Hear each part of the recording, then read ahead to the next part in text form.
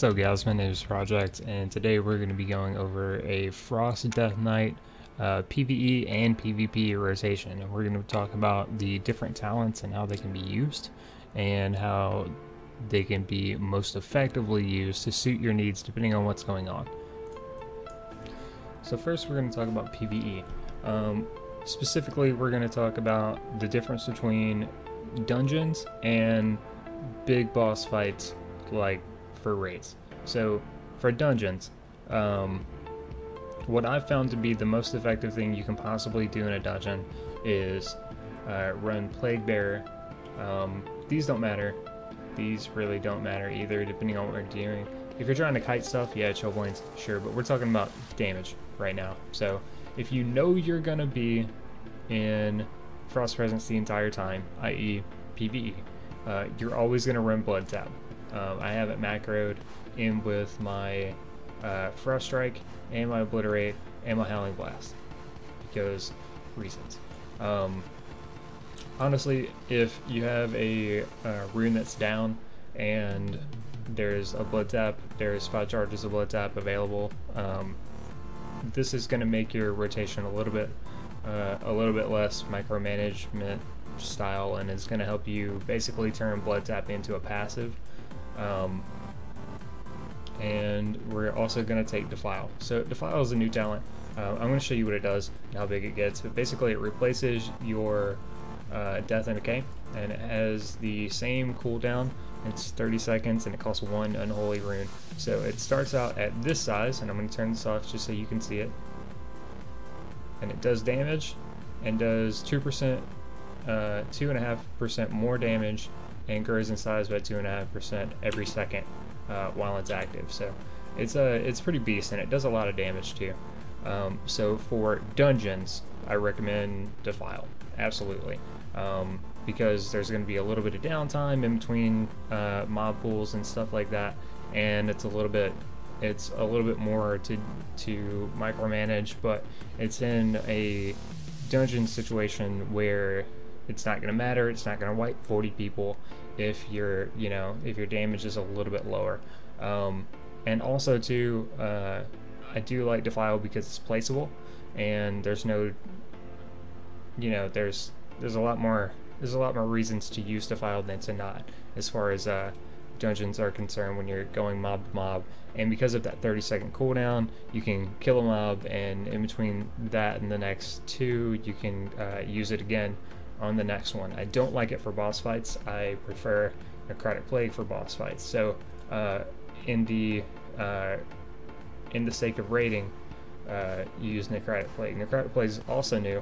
It replaces your Frost Fever and your Blood Plague. So what I like to do, and this is the most easy way to do damage I've figured out as Frost, is to take Necrotic Plague and basically do a legitimately 4-button rotation, and I could do less. I could macro in my burst with any one of these 3 spells, and I would be good to go with this. So if you want super easy, I can focus on everything else in the entire raid and still do a decent amount of damage, this is the spec. If you want face roll, this is as face roll as you can possibly get. So basically the way we're doing this, because we are taking Plague Bearer, I probably should have told you what that does. Death Coil and Frost Strike, you only have Frost Strike. Also infect your target, adding 4 seconds to the duration of Frost Fever and Blood Plague. Note that we have Necrotic Plague, and add an additional stack to Necrotic Plague. So Plague Bearer basically just adds time to your other talents. So to your other diseases. So with Necrotic Plague, you can see right now I have 1 stack. Right, I'm doing my damage. I use a Frost Strike. It adds a stack, and every time that this does damage, it adds another stack. So if I'm doing my normal rotation, I'm going to add stacks to it, and that's perfect. So all I have to do now is worry about doing my normal rotation,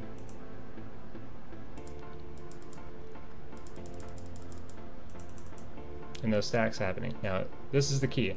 As soon as that stack drops off, I have no more Necrotic Plague. But my Howling Blast, when it's free to proc, is going to apply Necrotic Plague again. And the reason why it does more damage to have Plague Bearer with this is because when you have a lot of uptime, you know you're going to be hitting your target constantly. You're going to get to 15 stacks really, really quick and not have to do a lot with it. And that's awesome because the more stacks you have, the earlier you can get more stacks, the better off you're going to be as a whole. So the only thing that I've noticed about this so far is when it drops off and you don't have a Howling Blast procs, is you might have to use Outbreak once. Woo, big deal. That might be the only thing to possibly throw you. But once you get past about 4 or 5 stacks, it's actually going to be doing more damage overall than your Blood Plague and Frost Fever. So this talent becomes absolutely worth it. And it's one less thing to think about when you're in a big situation, and you might need to you know, move around a lot.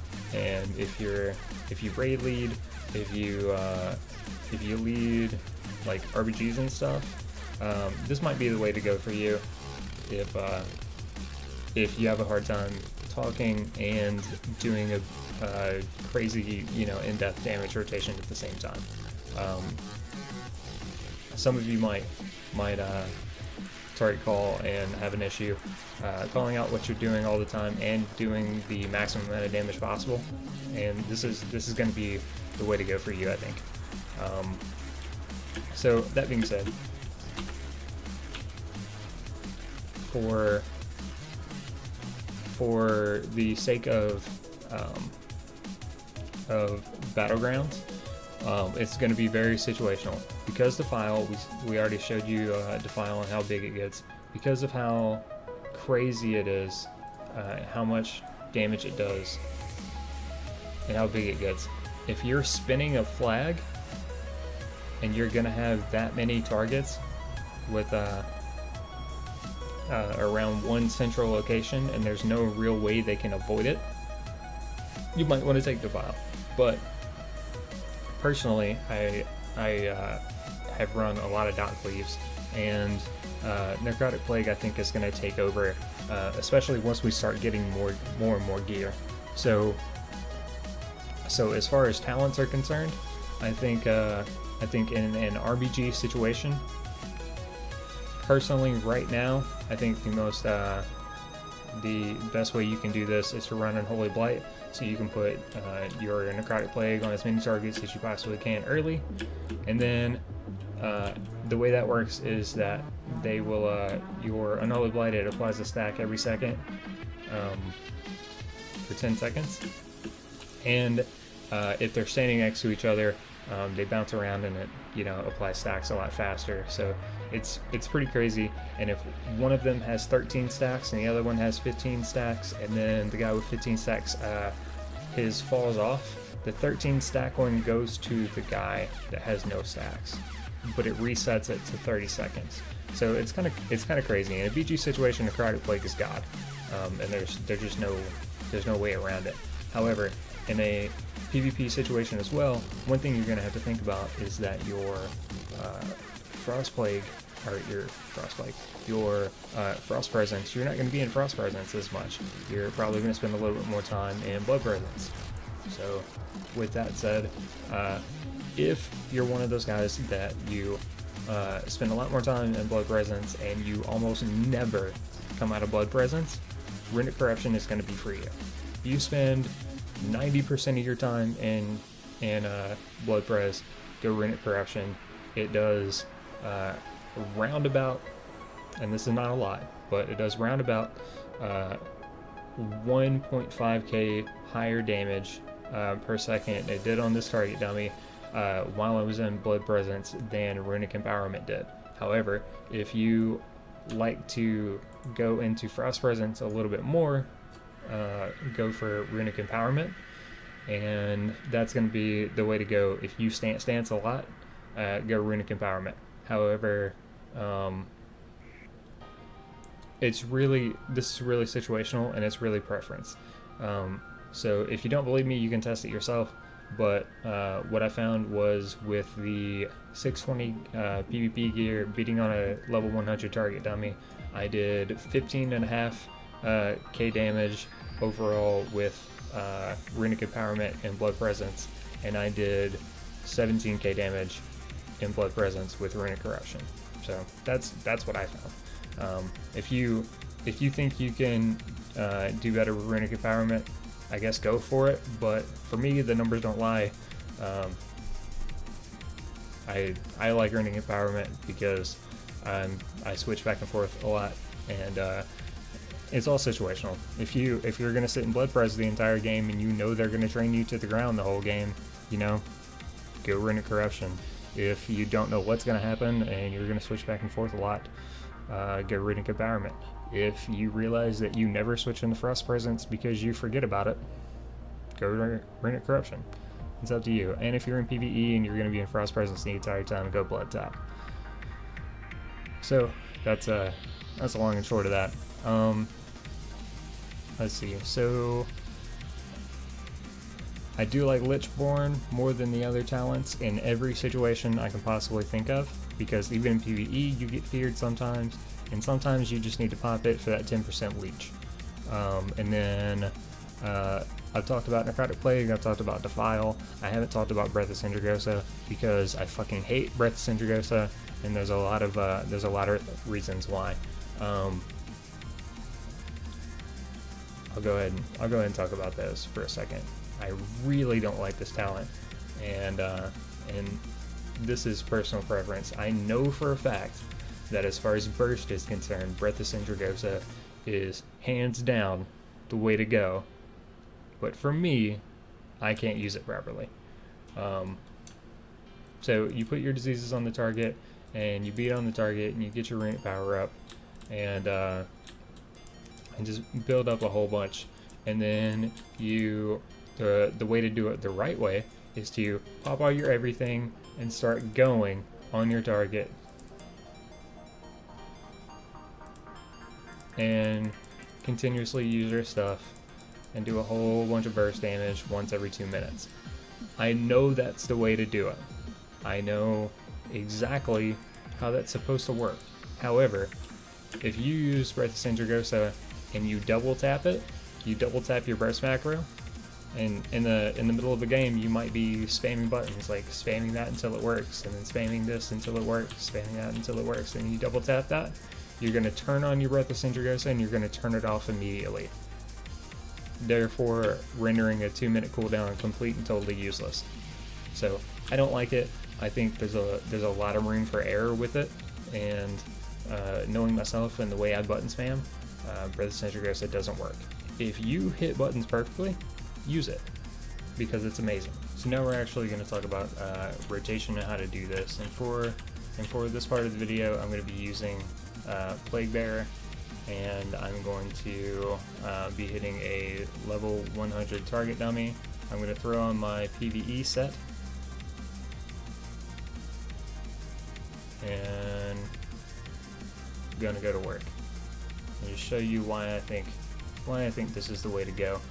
This is my PvE build, and the rotation is the same whether you're in PvE or PvP. But I know a lot of you raid. I know a lot of you do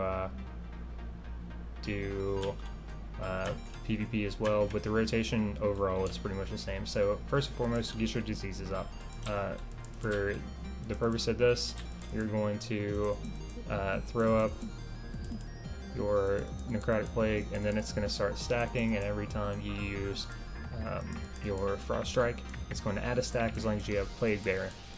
If you were running Unholy Blight, you would be popping that right off the bat to get as many stacks on your target as you can. You're obviously once you get diseases up, you're going to pop all your cooldowns. So that'd be your Pillar of Frost. If you had a use trinket, you would use that as well. I don't have a use trinket on right now, but you want to make sure that your Necrotic Plague stays on the target.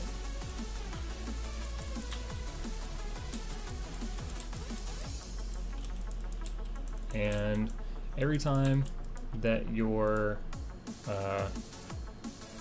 the only time you should be using Howling Blast if you are on the top of the target is when you have a proc. That way it's free and it's instant. Your Obliterate, you want to use that to cause your Howling Blast to proc. So use your Obliterate, get your Howling Blast, hit your Obliterate again, and then Howling Blast with your free proc. If you're in this situation where you have a lot of runic power and you have a proc and you have to choose between Obliterate and your Frost Strike, use Frost Strike, because you are going to not be able to you're not going to be able to use the runic power that would be generated by your Obliterate. So Obliterate till you get a Howling Blast proc, Obliterate again, Howling Blast proc for free, Frost Strike down,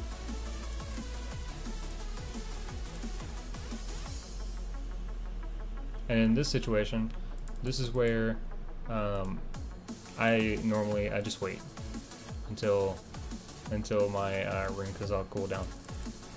So basically, you're going to alternate back and forth. You're going to use your Frost Strike when you have anything over. I usually don't like to go over 80%.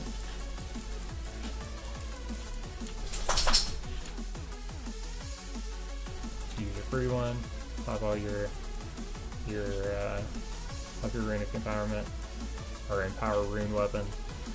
You can use that, and then just Frost Strike all your stuff down and Obliterate it back up. And what I do like about this particular build with Plague Bear and Necrotic Plague is what you've realized is you only really have to manage 3 buttons and your burst cooldowns. That's it. 3 buttons and your burst cooldowns, and occasionally if you don't have a free proc of Howling Blast and you don't have your Necrotic Plague on the target, you might have to use your Outbreak.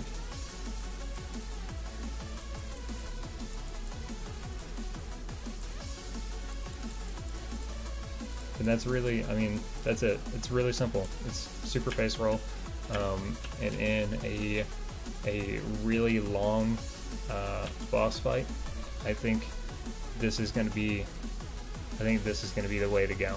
So that's all I got. That's basically the entire rotation and the theory crafting behind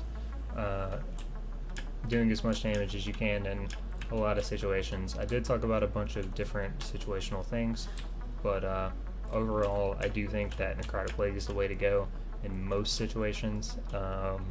And Defile was fun to play around with, but overall I think Necrotic Plague just wins all the time. So I've only got a minute and a half until the servers go down, but I will show you that if you want to, you can hop up on top of one of your buildings in your garrison. And then you can hop up here, pull out your weapon, zoom in real close, super crazy close.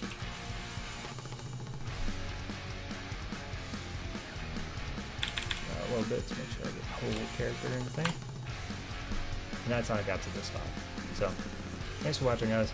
Hopefully this helped out with your Frost Decay adventures. I don't even know how to put it. Currently, I love my DK. I am actually going to go ahead and log out right now and just show you what I'm looking at as far as DKs are concerned. This is how much I love my DK. I have the 100 right now, and I am level 98 on an alt. I just started a 9 elf, and I am really looking forward to, if someone asks me to play with them, to leveling this guy as well. So if that says anything to how I feel about DKs and how much I really am dedicated to the class, that's pretty much where I'm at, man. Hopefully it helped. If it did, let me know in the comments. If you think that my opinion is complete and total garbage, feel free to go to a different channel. There are plenty of other ones out there that are helpful. If you enjoy the video, like, comment, subscribe. Let me know how you guys feel, if this worked out for you. If it didn't work out for you, let me know too. And if you find improvements on this, talk to me about it, and I would love to have an open discussion about what you guys think is better. So thanks for watching, guys. Peace.